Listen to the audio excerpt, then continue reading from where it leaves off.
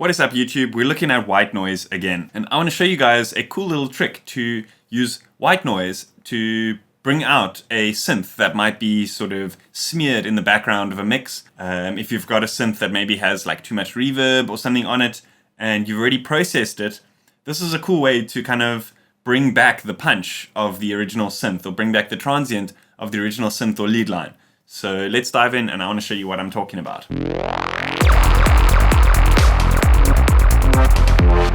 This is the lead sound that we're talking about. Let me just play it for you guys before we get too deep in the tutorial.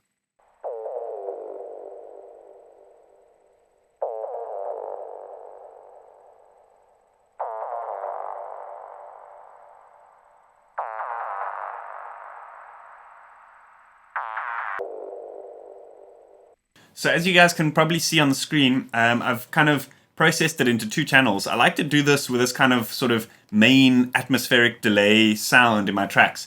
Reason being is I can mix the full wet and full dry signal separately.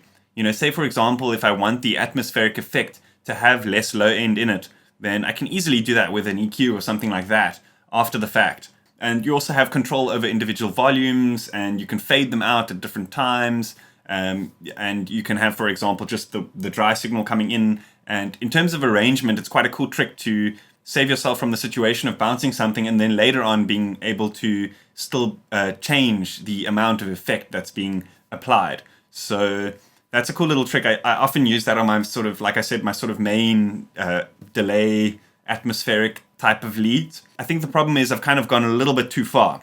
And you know, the lead kind of sounds cool to me, but in relation to the rest of the track, it sounds a little bit drowned out. And I want to show you guys quickly what I'm talking about.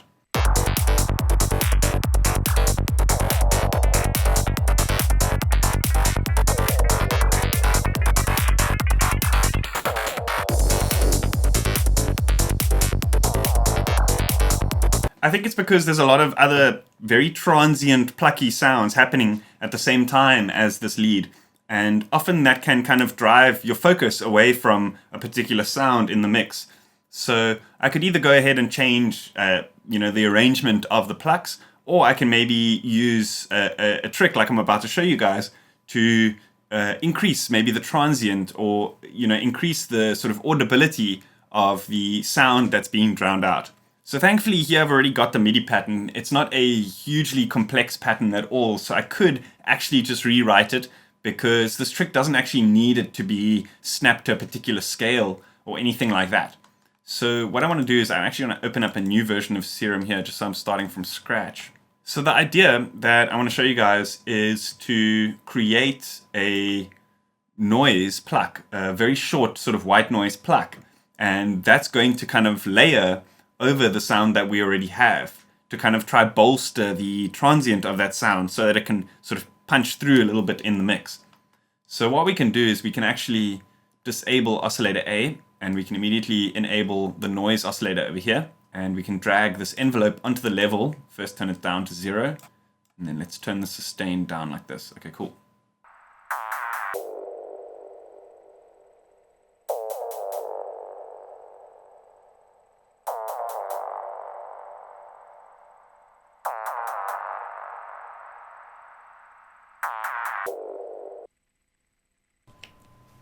So here we can actually also cycle through the different types of noise.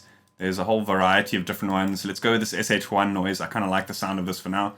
So let's use this one.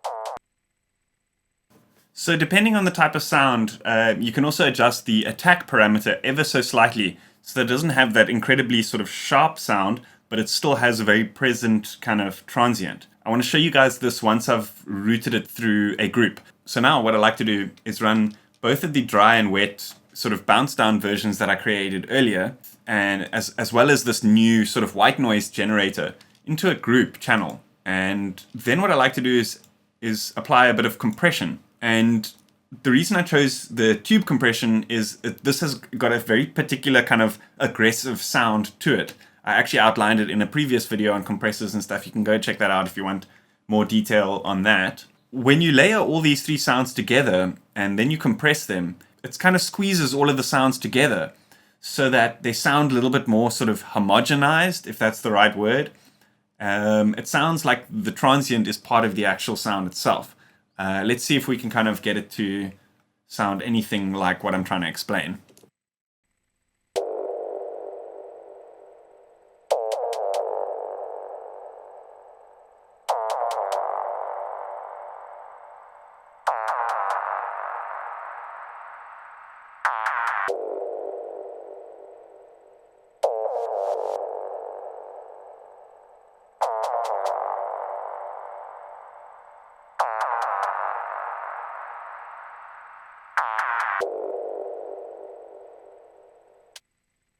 So here, I actually want to EQ the serum channel. All of these inserts are actually off, so you can disregard that.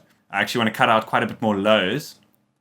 And let's see this effect. Maybe turn the volume down a little bit and try kind of equalize those three settings.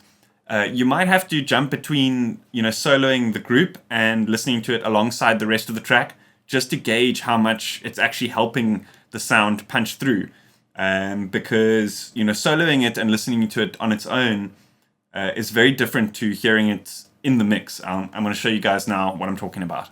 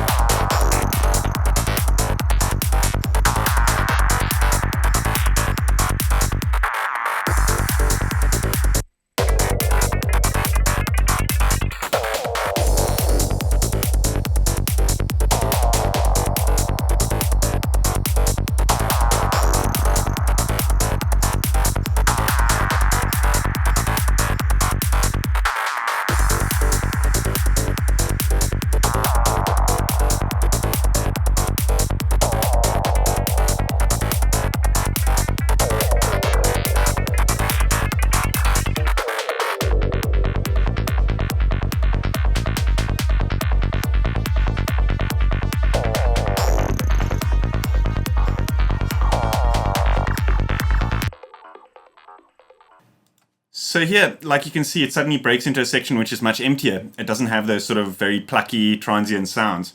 So the reason I like to split up these types of sounds into layers is you can choose when you want to layer them.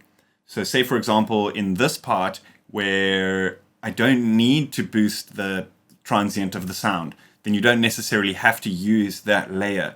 And the cool thing about then using a compressor on the group is it's going to kind of tame the overall peaks of the sound so that it doesn't sort of wildly go out of whack in terms of your dynamics and stuff like that. Awesome. I hope you guys enjoyed that. Unfortunately, I'm not going to be posting a preset onto my Patreon because it's pretty easy to do and it's very, very dependent on the sound and the track and, how much you need it to cut through. So this is something that I kind of, I highly suggest, only using if you really, really need to, because if you're using it on a sound that, is already quite plucky and already quite transient, you're going to, probably create some issues for yourself in terms of, transient control and, trying to tame the peaks of the track in the final mixdown and stuff like that. So generally speaking, I would only use this in dire situations where you've kind of drowned out a lead and you actually, you need it to sort of compete with the rest of the track and stuff like that.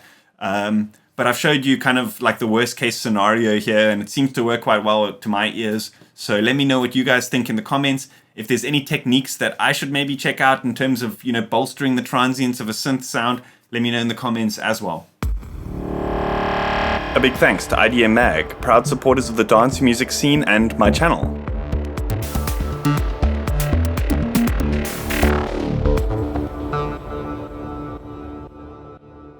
As always, hit that like button, hit that subscribe button. See you guys next time.